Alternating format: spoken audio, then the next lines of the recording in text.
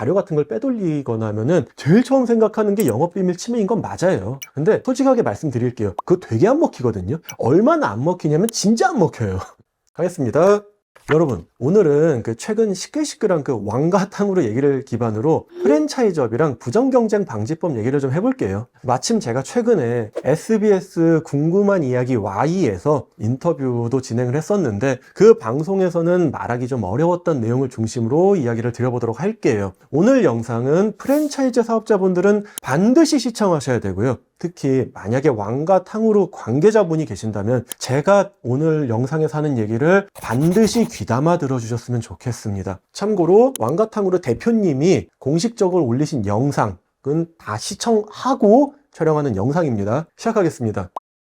여러분, 제가 일전에 런던 베이글 뮤지엄 영상에서 레시피 특허에 관한 얘기를 드린 거 혹시 기억나실까요? 레시피에 대해서는 특허를 받을 수가 있어요. 못 보신 분들은 그 영상 시청하고 오셔도 좋을 것 같습니다. 왕가는 탕후루 레시피에 대해서 2023년에 특허 출원을 해서 특허권을 받았어요. 그런데 왕가는 다른 탕후루를 파는 가게를 상대로 부정경쟁 방지법상 영업비밀 침해를 이유로 고소를 했는데요. 여기서 영업비밀이 뭐냐? 바로 탕후루 레시피였다는 거예요. 즉 다른 가게를 고소한 이유가 왕가가 등록했던 탕후루 레시피라는 특허권을 침해한다는 것이 아니라 왕가에서 일했던 직원이 왕가가 영업비밀로 보호하고 있던 레시피를 유출했다는 이유로 고소를 했던 거예요. 근데 인터넷 댓글 보니까 탕후루가 탕후루지 뭔 레시피냐 뭐 이런 댓글들이 보이던데 그거는 조금 생각해볼 만한 문제예요. 만약에 왕가에서 독창적인 방법으로 탕후루 레시피를 만들어서 비밀로 유지하고 있으면 영업비밀로 인정받을 수도 있는 거예요. 전 여기까지 봤을 때는 뭐 그럴 수도 있지라고 생각을 했어요. 근데 왕가에서 고소한 내용들이 좀 이해가 안 되는 부분들이 좀 있더라고요. 하나씩 좀 얘기를 드려볼게요. 제가 드는 첫 번째 의문은 일단 왜 영업비밀 침해만으로 고소를 했느냐 이거예요. 일반적으로 사업자들이 회사의 직원이 나가면서 자료 같은 걸 빼돌리거나 하면은 제일 처음 생각하는 게 영업비밀 침해인 건 맞아요. 근데 솔직하게 말씀드릴게요. 그거 되게 안 먹히거든요. 얼마나 안 먹히냐면 진짜 안 먹혀요. 말이 좀 이상한데 영업비밀에 해당하려면 크게 세 가지 조건이 인정돼야 돼요. 이거 제 생각이 아니고 대법원 판례인데 첫 번째는 공지가 되지 않아야 되고 두 번째는 경제적으로 이게 유용하게 사용이 되어야 되고 세 번째는 비밀로 관리가 돼야 돼요. 이걸 좀 있어 보이는 표현으로 하면은 비공지성, 경제적 유용성, 비밀 관리성이라고 하는데 이런 건 그냥 넘어가자고요.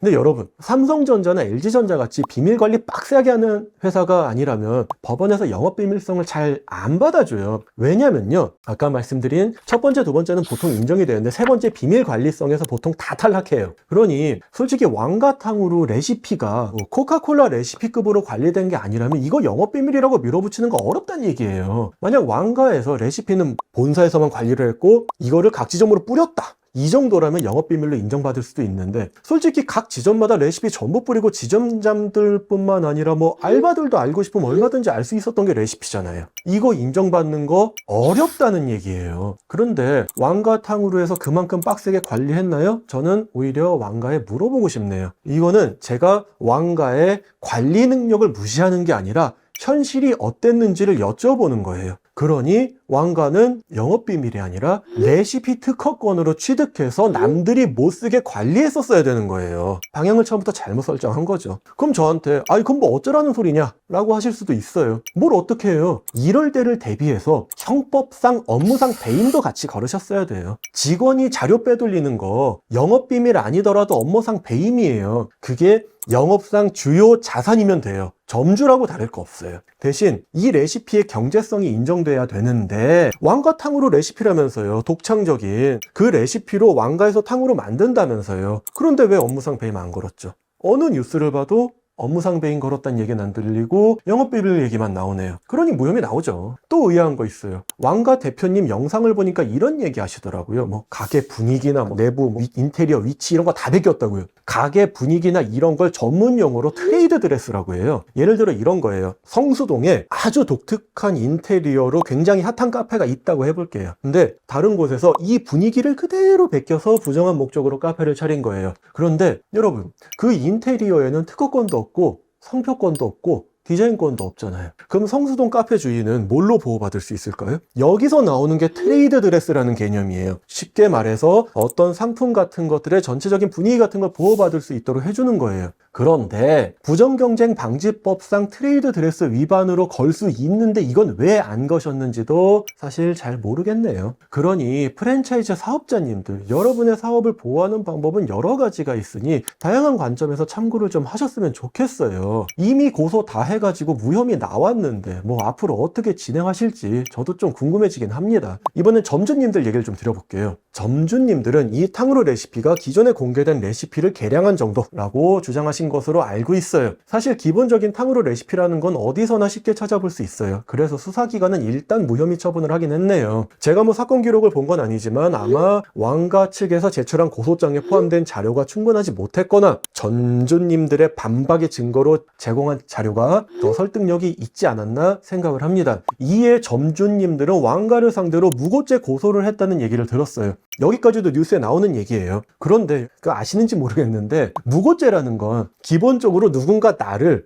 허위사실로 수사기관에 신고할 때 성립하는 범죄예요. 근데 여기서 허위사실이란 게 이게 객관적으로 허위사실이 아니라 나를 고소한 사람이 이게 허위사실인 걸 알고 고소를 해야 돼요. 왕가 측에서 그 점주님들을 고소할 때 허위사실이라고 인식을 하고 고소를 했을까요? 제 생각에 이 부분에 대해서는 명확하지가 않아요. 오히려 제 개인적인 추측으로는 무고죄로 고소하신 점주님들 입장에서 이거 입증하기 진짜 어려울 것 같아요. 단단히 준비하고 들어간 거 아니시면 무고죄 고소한 것도 무혐의 처분 나올 수 있다는 얘기예요.